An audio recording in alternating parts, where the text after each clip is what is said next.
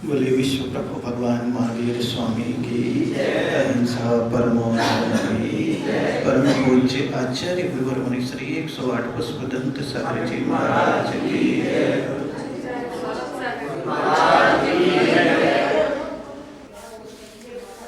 चलिए कुछ चर्चाएं समान रूप से चल रही है और वर्तमान में विषय भी ये आ गया है बहुत। सनातन धर्म कहाँ से पैदा हुआ, कहाँ से क्या पैदा हुआ, इससे क्या मतलब। क्योंकि अतीत को कुरेदे को तो ज़्यादा कुछ मिलने वाला नहीं है। प्याज को छीलते चले जाओ, अंदर कुछ नहीं मिलना है। और कहते खा लो तो उसका स्वाद मिल जाना है। धर्म का प्रारंभ कब से हुआ? काल क्रम में हर चीज परिवर्तनशील है। समंत्रभद्राचार्य के सामने भी यही प्रश्न आया होगा, तब उन्होंने पुरातन नवीनतम सनातन इन सब को छोड़ करके एक ही शब्द बोल दिया, देश्यामि समीचीनम धर्मम कर्म निवर्हणम्। उस धर्म के बारे में जानो जिससे तुम्हारे भीतर के कर्म की श्रृंखला समाप्त होती हो, जिससे तुम्हारे पाप मिटते हो, जिससे तुम्हारा आपसी प्रेम पनपता हो, जिससे अहिंसा का विस्तार होता हो, जिससे भीतर करुणा की बुद्धि जागृत होती हो, जिससे तुम्हारा अहंकार मिटता हो, जिससे तुम्हारी कसाय शांत होती हो, जिससे तुम्हारे भीतर परमात्मा के प्रति आस्था जागृत होती हो, ऐसे धर्म को स्वीकार करते चले जाओ। पुराने और नए से क्या होगा? क्योंकि जिसे आप देखोगे वो अपने आप को पुराना बता देगा। और हर चीज मिटती है। जिस चीज की अति होती है समय के बाद उसकी इति भी हो जाती है। अंशांश अस्तित्व तो रह जाएगा। प्रश्न उठ रहा था जैसे तीर्थंकरों का जन्म हुआ अयोध्या, उस समय 6 महीने तक नहीं 15 महीने तक रत्नों की बरसात हुई। हजारों करोड़ों लोग थे। चक्रवर्ती, तीर्थंकर, कामदेव, महान आत्माएं हो गई। बलभद्र, नारायण सब वहां पैदा हो गए। और आज देखोगे तो बोले शून्य हो गया। सम्मेद शिखर में जाकर के देखोगे तो हजारों आत्माएं मोक्ष गई। मनुष्यों का और देवताओं का तांता लगा रहता था। आज देखो तो जंगल और जंगली बचे हैं। समाज तो रही नहीं। महावीर कह देते हैं जिस चीज की एक जगह अति हो जाती है समय के बाद वहां इति भी होती है। एक समय वो था अयोध्या जहां चारों ओर धर्म में धर्म था। अवध इतने निर्मल परिणामी जीव वहां पर रहते थे कि वहां कभी भी एक दूसरे का कोई वध नहीं करता था। हिंसा नहीं होती थी। इतने आपसी मैत्री का संबंध था। लेकिन काल क्रम बीतता चला गया तो आज, लेकिन फिर से उत्थान का समय आ गया तो फिर आज क्या है? चारों तरफ अगर देखोगे तो अभी उसी की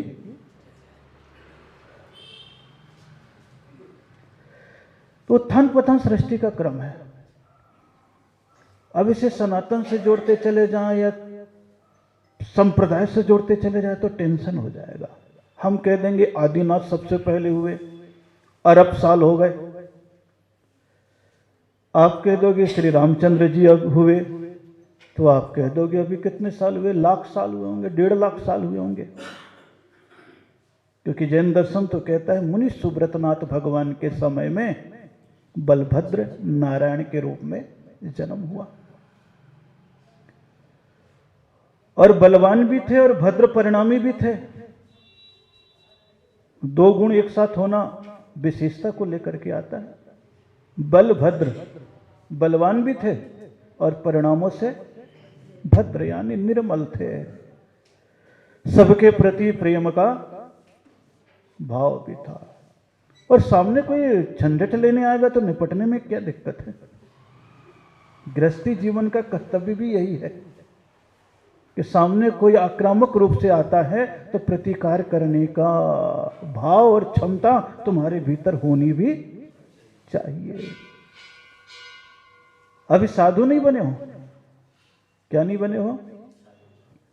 साधु बन जाओगे तो प्रतिकार वर्जित है, और जब तक गृहस्थ हो तब तक प्रतिकार आवश्यक है, प्रतिशोध आवश्यक नहीं है। प्रतिकार करना तो तात्कालिक बचाव है, और प्रतिशोध लेना भविष्य का इंतजार है कि मैं बलवान बनूंगा तब इसे निपटा दूंगा। महावीर प्रतिशोध लेने मना करते हैं। इसलिए पहले के जमाने में विरोधी हिंसा का त्याग नहीं होता था गृहस्थों का। सामने वाला कोई आक्रमण करे तो प्रतिकार के लिए वो लड़ ले, झगड़ ले, मिट जाए, मिटा दे, बोले कोई दिक्कत वाली बात नहीं है। लेकिन कहते हैं कि युद्ध होने के उपरांत शाम जैसे होते थे तो एक दूसरे के घाव में मलहम भी लगा देते थे, भोजन भी खिला देते थे, दुश्मनी भी नहीं लेते थे। बोले हमारी आपस में कोई दुश्मनी नहीं है, लेकिन क्या करें, चाकर हैं, इसलिए आज्ञा का पालन करना। देखिए मानसिक वृत्ति को कितना निर्मल बनाया गया था पहले,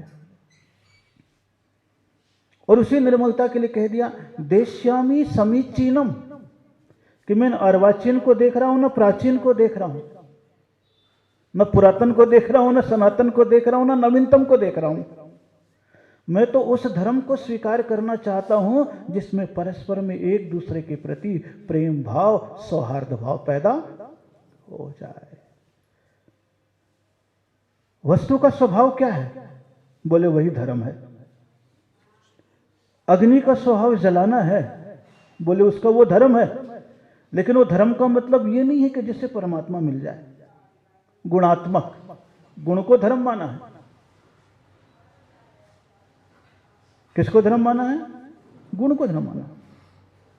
पानी का स्वभाव क्या? प्यास बुझाना है। गर्म पानी पियोगे तो भी प्यास बुझाएगा, और ठंडा पियोगे तो भी प्यास बुझाएगा। गर्म भी पानी हो जाएगा, अग्नि में डालोगे तो बुझाने का ही काम करेगा, क्योंकि उसके भीतर वो गुण है, स्वभाव है। तो बोले तुम्हारा स्वभाव भी क्या है?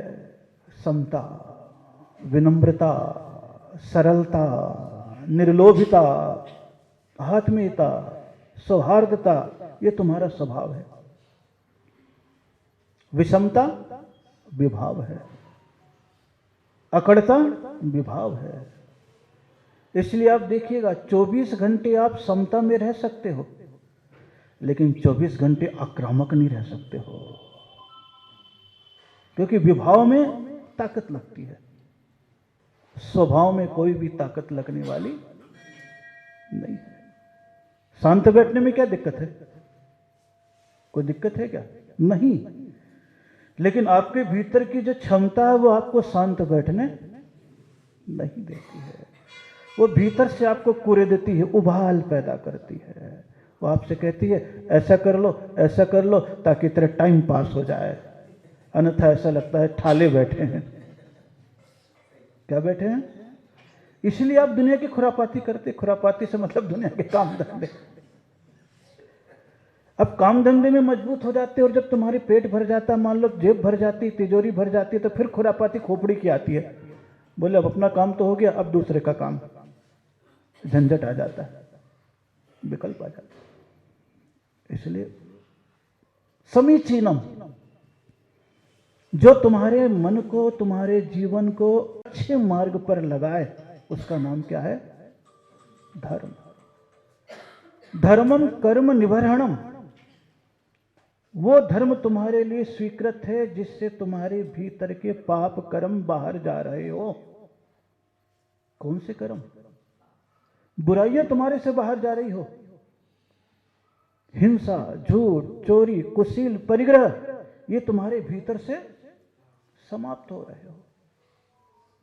शब्दों से नहीं, कृत्यों से। किससे? कृत्यों से हो, शब्दों से नहीं। शब्द तो केवल उपदेश मात्र है। अगर वो शब्द तुम्हारे भीतर आचरण पैदा नहीं कर रहा है तो वो शब्द भी व्यर्थ है, कार्यकारी नहीं है। दीवार पे कितना भी अच्छा कोटेशन लिख दो, दीवार का जीवन तो नहीं बदलेगा।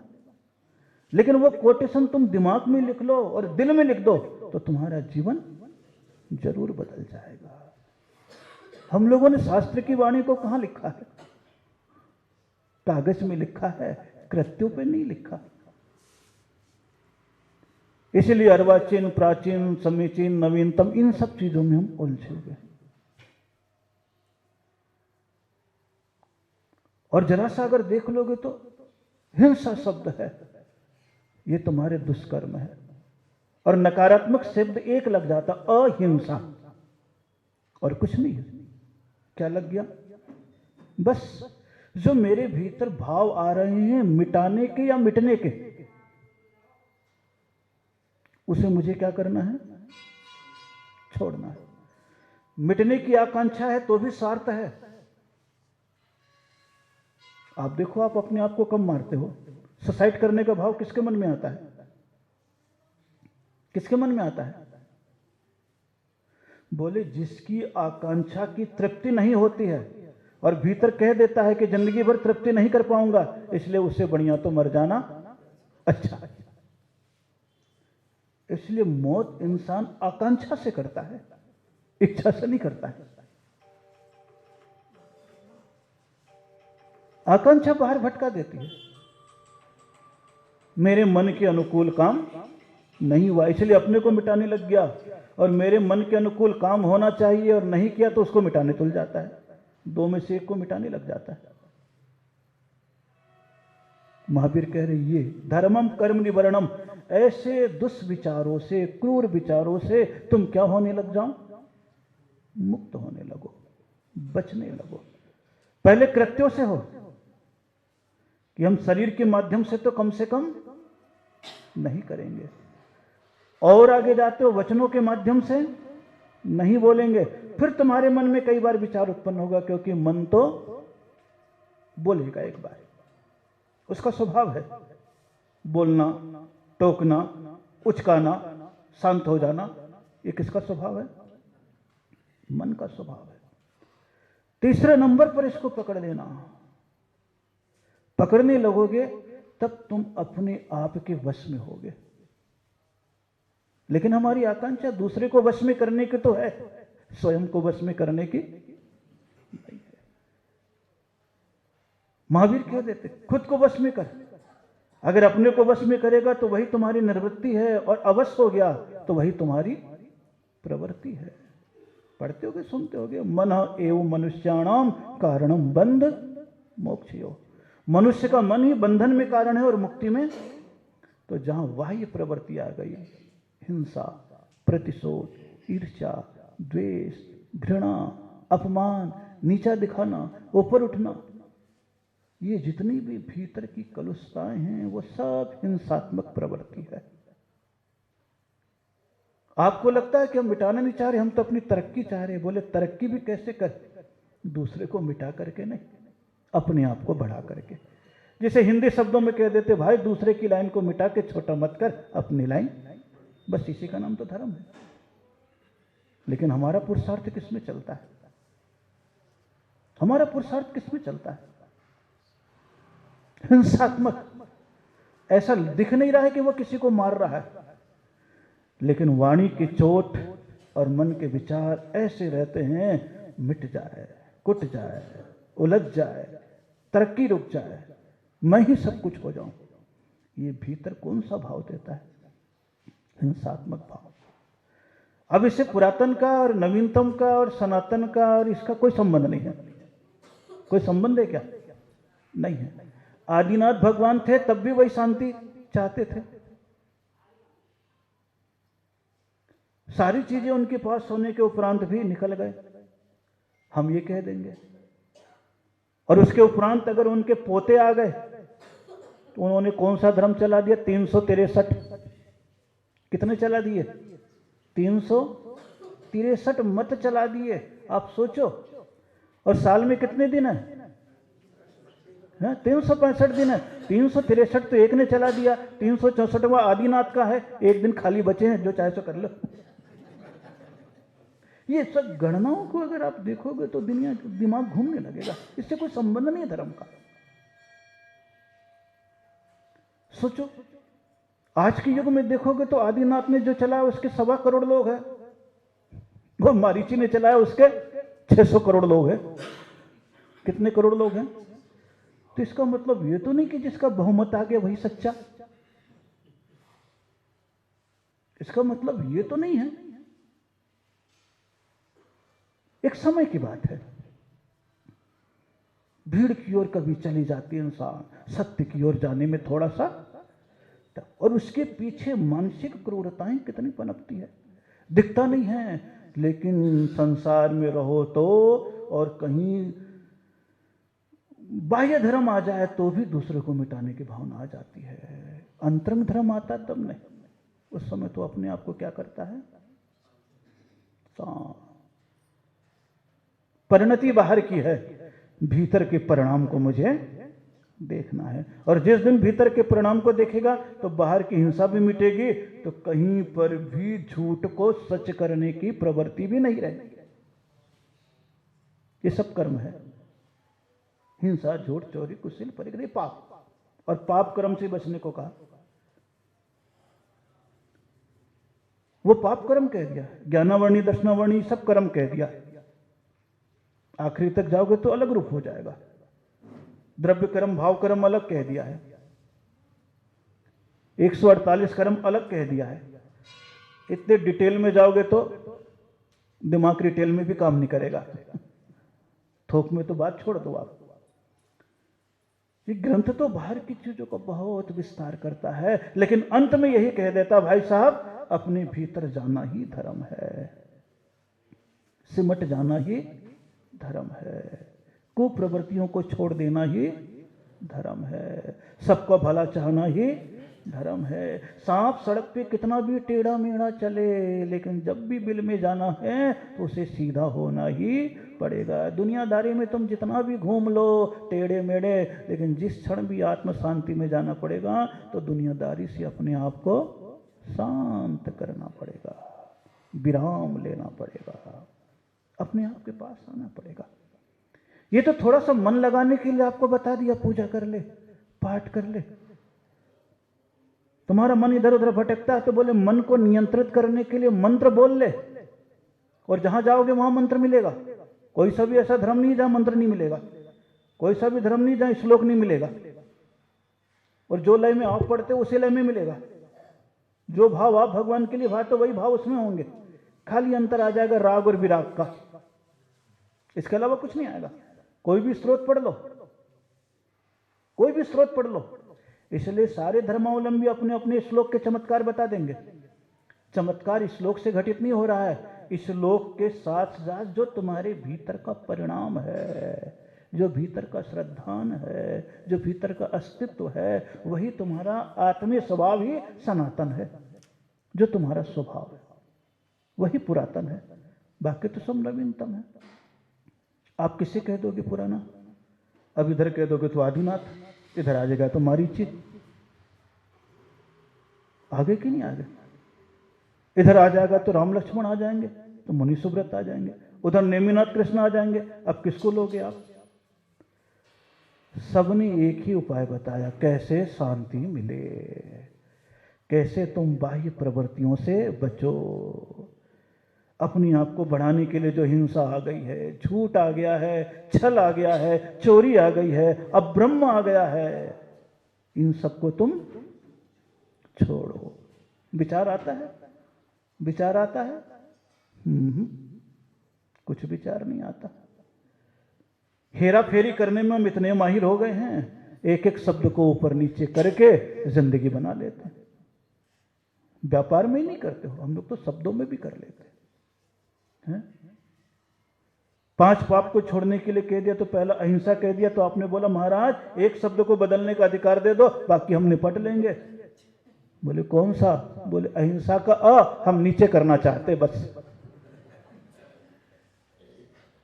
तो हमारे भीतर अहिंसा की जगह क्या आ गया?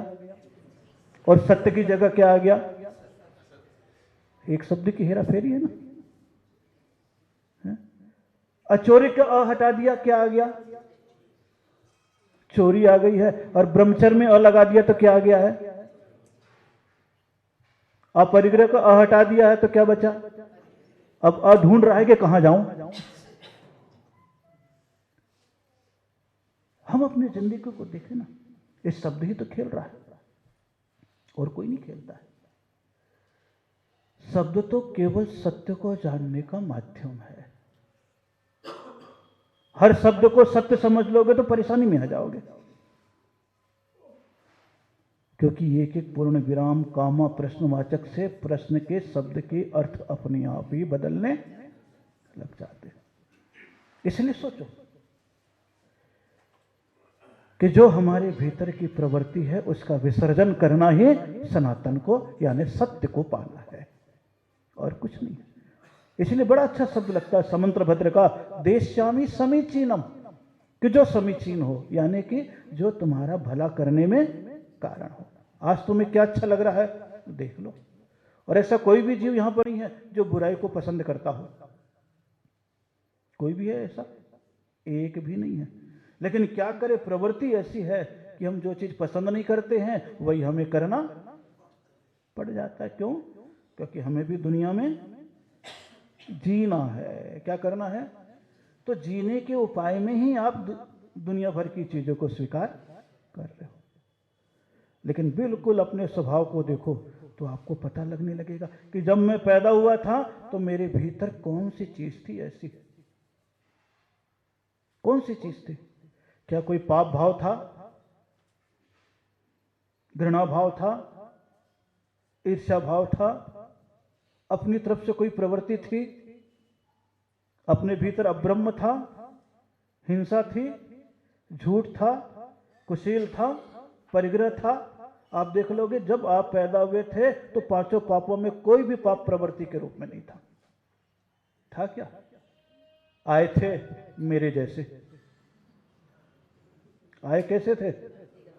मेरे जैसे आए हो। सबसे पहला धर्म यही है, दिगंबर। सबसे पहला है, सबसे पहला यही है। बाद में आवरण आता चला गया और दुनिया की चीजें बढ़ती चली गई। अब सनातन क्या है? जैसे तुम आए हो वही पुरातन है। वो यही सत्य है, यही सत्य है। फिर इसको छुपाने के लिए आपने झूठ का सहारा लिया, एक आवरण ओढ़ दिया। क्या ओढ़ लिया? और आवरण ओढ़ा, उसके पीछे क्या करना पड़ गया? छुपाने का भाव ही चोरी का भाव है। कौन सा भाव है? आप छुपाते क्या हो? सोचना केवल, शब्द के तह तक चले जाना, आपको अपने आप ही पता लगने लग जाएगा। सहज रूप से पता लगने लगेगा क्या है। बोले यही है। और छुपाता कौन है? जिसके भीतर अब्रह्म हो जाता है। क्या हो जाता है? अब आप सोचने लग जाओ तो सारी दुष्प्रवृत्तियां कहां से आ रही है? बाहर से आ रही है, आवरण से आ रही है। भीतर के आचरण को तो हम भूल गए। भीतर के आचरण को तो भूल गए। मरने के बाद आपको याद दिला रहे हैं राम नाम सत्य है, अरिहंत नाम। क्या फायदा? जीते जी तो समझ नहीं पाए। कब नहीं समझ पाए? जीते जी तो समझ नहीं पाए। और समझना पड़ेगा। क्या करना पड़ेगा? समझना पड़ेगा। आज नहीं तो कल सोचना तो पड़ेगा ही। लौटना तो एक बार अपने घर की ओर पड़ेगा ही पड़ेगा। कब तक बाहर भटकोगे? लेकिन उसके लिए आत्मा का स्वभाव में जाने के लिए ही थोड़ी सी प्रवृत्ति रोकनी पड़ेगी। बाकी तो चीजें चलती रहती है।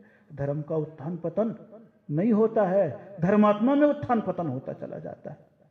आदिनाथ के समय भी वही धर्म था, आज हमारे पास भी वही धर्म है। ब्रजवृषभ नाराज शयनन में भी वही साधना कर रहे थे। वो नग्न रह करके, केश लोच करके, एक बार आहार करके पद विहार करते थे। आज हम भी इस पंचम काल में भी नग्न रह करके, केश लोच करके, एक बार हार करके पद विहार कर रहे हैं। कौन सा अंतर है? कौन सा अंतर है? जबकि वो सहनन तो ऐसा था कि आप देख लो, हनुमान जी का उदाहरण आता है कि आसमान से गिरे शिला चूर चूर। वो सहनन था उस समय। उस समय कौन सा सहनन था? ब्रज वृषभ नाराज सहनन था। आज देखो तो कौन सा सहनन है? किताब के पन्ने भी पलटो तो अंगुली कट जाए, पलंग से गिरो तो नृपामती स्वाहा हो जाओ। कोई पता है क्या? इतना कमजोर शरीर होने के उपरांत भी उस साधना की प्रवृत्ति को स्वीकार करते हुए चल रहे हैं। तो यह अस्तित्व तो वही है। प्राचीनता, सनातनता तो ये आ गई, फिर प्रवृत्ति बदलती चली गई। इसलिए धर्म के शब्द में शब्द के अर्थ को ढूंढना और पहचान निकालना बड़ा कठिन है। और ये अस्तित्व रहता है, कभी आगे बढ़ता है और कभी घटता। इसलिए तीर्थों की स्थिति ऐसी है कि जहां पहले धर्म का अतिरेक था, वहां पर आज क्या हो गया? धर्म। अरे और तो छोड़ दो, आप अपने जयपुर की ही देख लो ना। एक समय वो था कि उसी बाजार में बड़े बड़े मंदिर बने हुए थे और मंदिर में पूजा करने वालों की शिफ्ट लाइन लगती थी। तो 300 साल में आप देख लो, 200 साल में, कितने साल में देख लो, 200 साल में देख लो, वहां धर्म की अति थी और आज देखो तो इति है। जब सामने सामने 100 साल में आप देख रहे हो, 200 साल में देख रहे हो, तो तीर्थंकर की जन्म भूमि, मोक्ष भूमि, कल्याणक भूमि का तो रूप ही अलग हो गया। कहां चमचमाते हुए हजारों महल थे, आज वहां पर गिनती के मकान मिलेंगे। हजारों लोग थे और आज क्या मिलेगा? तो इन सब चीजों को देख करके धर्म का रूप नहीं निकाल सकते, समाधान नहीं कर सकते। उन्होंने जो उपदेश दिया है, जो हमारे जीवन के परिवर्तन में कारण है, उस चीज को अपन क्या करते चले जाएं?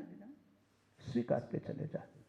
पाप से मुक्त होना है, कर्म से मुक्त होना है, जीवों पर दया करना है और स्वयं के स्वभाव को पाना है। हे प्रभु, दर्शन, ज्ञान और चरित्र मेरे जीवन में अवतरित होता चला जाए। श्रद्धा बनी रहे, बुद्धि बनी रहे और आचरण बना रहे, और कुछ भी नहीं है।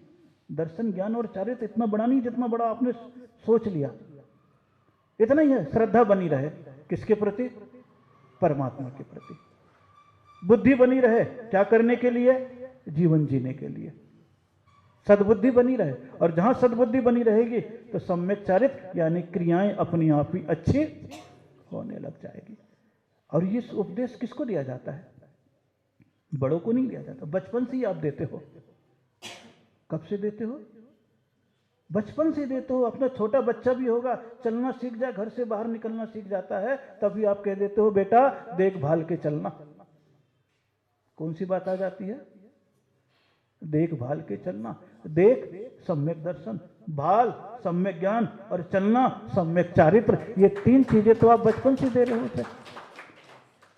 अच्छे से देख, अच्छे से समझ और अच्छे से चल। जहां घर के देहरी बाहर लांगने लगता है, महावीर भी यही कहते हैं, जैसी तुम्हारी उम्र बढ़ती हो तो तुम अपने मन की देहरी लांगने लग जाते हो। और मन की देहरी लांगो 8 साल तक, 8 साल के बाद ही लांगोगे, 8 साल के पहले नहीं। 8 साल तक तो बंदिश है कि तुम सम्यक दृष्टि भी नहीं हो सकते हो, क्योंकि उस समय तक विवेक नहीं है। और जैसे 8 साल के बाद तुम बाहर लांगने लगते हो, बांध दिया। कहां बांध दिया? जिनेंद्र भगवान। कहां बांध दिया? सम्यक ज्ञान। कहां बांध दिया? सम्यक आचरण। कि बाहर ऐसी प्रवृत्ति कोई भी ना हो कि तुम्हारी बदनामी हो। कोई भी काम कर तो समझ के कर, बिना समझे करेगा तो लोग समझ जाएंगे इसके पास गड़बड़ है। लेकिन जो कर रहा है उसके प्रति भीतर से विश्वास भी होना चाहिए। तो जिंदगी के ये रूप हैं और इन रूपों को हमें स्वीकार करके चलना पड़ता है। और इसी स्वीकृति के लिए फिर बाह्य प्रवृत्ति, पाप सब छूट जाता है, तो परमात्मा की भक्ति आ जाती है। तो आपके पास इतनी बुद्धि नहीं है क्या परमात्मा की भक्ति के लिए अच्छे शब्दों का चयन कर सको?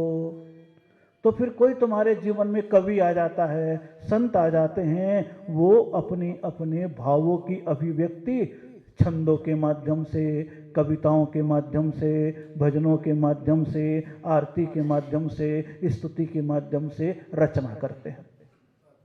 करते कि नहीं रचना?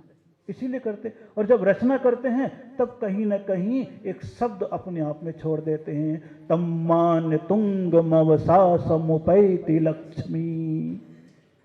कौन सा जोड़ दिया भाई? अभी हम अपना नाम लेंगे तो गड़बड़ हो जाएगा ना।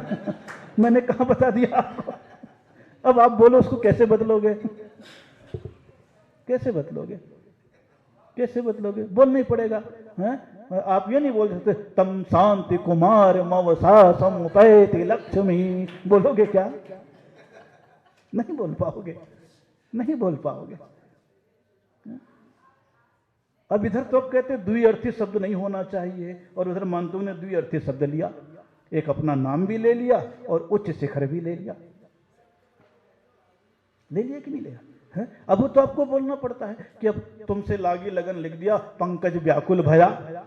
अब भया तो भया, उसने तो अपने आप में लिखा ना, मैं व्याकुल था तभी तेरे पास आया हूं। लेकिन जब तू बोल रहा है तो अपना नाम बोल सकता है, कोई मनाही नहीं है। लेकिन जब भी लिखेगा, छपाएगा, तो उसी का नाम लिखना पड़ेगा। किसका नाम? उसका नाम लिखना पड़ेगा। है? लिखना पड़ेगा कि नहीं? है? अब जब भी महावीर जी की आरती करोगे, हरि प्रसाद चरणों में। अब हरि प्रसाद ने तो लिखा था, उस समय की उसकी इतनी पवित्र भावना थी कि मेरा सौभाग्य है कि आज महावीर स्वामी मिले और मेरे को उनकी भक्ति लिखने का अवसर। लेकिन आपको नहीं आता लिखना, तो आप यहां पर भी महावीर स्वामी होंगे तो आप क्या बोलोगे? मंदिर 3 शिखर का निर्मित है, कीना करना, लेकिन एक ही शिखर का बना रहे हो। तो ये भावात्मक शब्द है। कौन से शब्द है? भावात्मक शब्द है। जहां आप बदल सकते हो बोलने में, अपना नाम जोड़ लो तो भी कोई दिक्कत नहीं है। और अर्थ के ज्यादा समझ लोगे तो फिर तो पूरा ही मामला बिगड़ जाएगा। आज का मामला ज्यादा खुश हो जाएगा। जब भी विनय पाठ पढ़ते हो तो आप क्या कहते हो? तो मंगल नाथु राम या, तो नाथु राम का तो मामला ही गड़बड़ा हो जाएगा। हो जाएगा कि नहीं गड़बड़? हो जाए। अब कितने सारे स्तुतियों को देखोगे, ये स्तुतियों में शब्द लेखक की अभिव्यक्ति है। किसकी अभिव्यक्ति है? लेखक की अभिव्यक्ति है। जब भी कुछ लिखता है तो फिर वो एक पहचान के लिए कहीं ना कहीं अपना अस्तित्व, अपना नाम जोड़ देता है। क्या कर देता है? अपना नाम जोड़ देता है। हम लोग भी काव्य लिखते हैं, अब इतने सारे विधान लिखे हुए हैं तो आखिरी में कहीं ना कहीं पहचान में वो शब्द आ जाएगा। जय जय महावीरा भवदति तीरा गुण गंभीरा सुखशीरा करके फिर नाम आ जाएगा। तो ये नाम जो है एक पहचान है। काव्य, क्योंकि काव्य की भी चोरी होती है। किसकी चोरी होती है? काव्य की भी चोरी होती है। उससे बचने के लिए वो एक अस्तित्व है कि जिनने जैसा लिखा। इसलिए जब छपाओ, लिखाओ तो फिर उसका नाम जरूर दे दो। और अगर ऐसे ही स्तुति पढ़ते हो तो आप अपना नाम बोल सकते हो, कहीं पर भी कोई मनाही नहीं है। चाहे हम सब सेवक बोल दो या अपना नाम भी ले लो। लेकिन अपना नाम लेने में कई बार अक्षर ऊपर नीचे हो जाएगा तो बोल भी नहीं पाओगे। किसी का नाम 5 अक्षर का है, किसी का 1 अक्षर का, 2 अक्षर का है। तो ये सब प्रवृत्तियां है। इसमें कोई दोष और पाप नहीं है, इसमें भावना की अभिव्यक्ति है कि वर्तमान में कर कौन रहा है। आप करते हो तो आपके हिसाब से काम हो जाता है, और जिनने लिखा वो किया तो उनके हिसाब से हो जाता है। और ये बड़े बड़े श्लोकों में भी लिखा गया, शास्त्रों में भी लिखा गया है कि अंतिम श्लोक दे दिया या बीच का कोई श्लोक दे दिया। तो आचार्यों ने कोई ग्रंथ लिखे हैं उसमें भी अपना नाम, और आज उसी कारण से पता लग रहा है देखो ये नाम तो लिखा हुआ है। अन्यथा स्तुति तो वही है, कौन कब शब्द को बदल दे कुछ पता लगने वाला नहीं है। स्तुति का रूप तो एक ही होता है, लेकिन एक एक शब्द में पहचान आ जाती है। भक्तामर पढ़ ले तो तम प्रथमम जिनेन्द्रम आदिनाथ याद आ जाएंगे। अगर ये शब्द नहीं होता उसमें तो आप बताओ कौन से भगवान की स्तुति है? एक का भी नहीं बता सकते आप, क्योंकि कोई लक्षण ही नहीं उसमें। कमठस्य धूमकेतो, तो पारसनाथ का नाम आ गया कि कमठस्य धूमकेतो यानी पारसनाथ की। तो कहीं कहीं एक एक इशारा होता है, इंडिकेटर होता है, तो वो नाम की पहचान भी होती है और भगवान का गुणगान भी हो जाता है। तो आपके जीवन में तो ऐसा अवसर मिला हुआ है। इसलिए जो भी भक्ति है, जिसके भी लिखी हुई हो, आप भक्ति पाठ से आनंद के साथ करो। अंत में अगर बदल सकते हो तो बोलते समय बदल सकते हो, लेकिन लिखते समय, छपाते समय उसकी स्मृति, उसकी स्वीकृति होनी। इसीलिए तो वर्तमान में क्या किया गवर्नमेंट भी, कॉपीराइट, कितना बड़ा काम कर दिया। क्यों? क्योंकि सब इधर से उधर हो रहा था मामला, अब क्लेम कर सकता है, इतिहास बता सकता है। ये देखिए चोरी भी कहां से आ गई। धन की चोरी चोरी नहीं है, शब्द और साहित्य की चोरी भी, और बहुत बड़ी चोरी है। तो धर्म का अपना एक रूप होता है। तो समझ में आ गई कितनी बातें थी। धर्म की अति और इति क्यों है, सनातन क्या है, धर्म क्या है, इस श्लोक में क्या लिखा जाता है, और एक और कौन सा था, है? इंद्रों का था। क्या था? कौन सा योग आता है, किसको बनना है, कल पता चलेगा। कल क्या है? विधान। क्या है? और विधान भी कौन सा? छोटा सा सम्मेद शिखर विधान। कौन सा विधान? मैं भी सम्मेद शिखर गया था तो भाव जग गए कि चलो भगवान की आराधना में कुछ लिख लो। बैठे बैठे, खाली बैठे तो यही लिखते थे। ये तो अब लोग बोलने लग गए कौन पढ़ता है, इसलिए लिखना बंद कर दिया। तो विधान लिखा। तो सम्मेद शिखर, तो इंद्र सामान्य रूप से कहा जाता है जिसके कहीं ना कहीं राजयोग होता है, वही इंद्र बन पाता है। चाहे 3 दिन के लिए हो, चाहे 1 दिन के लिए हो, चाहे 5 दिन के लिए हो। और वैसे इंद्र कौन बनता है? जो साधना करता है, विरक्त होता है, त्याग करता है, लेकिन पुण्य का फल भोगने के लिए उसे स्वर्ग में थोड़े दिन का विश्राम देना पड़ता है। क्या देना पड़ता है? सौधर्म इंद्र हुआ तो इतना पुण्य कर लिया है कि वो पुण्य से अर्हंत पद नहीं पा पाया, क्योंकि कुछ कर्म शेष रह गए। कौन सा पद मिल गया? और गारंटी दे दी अगले भाव में मनुष्य बनोगे और नियम से मोक्ष जाओगे।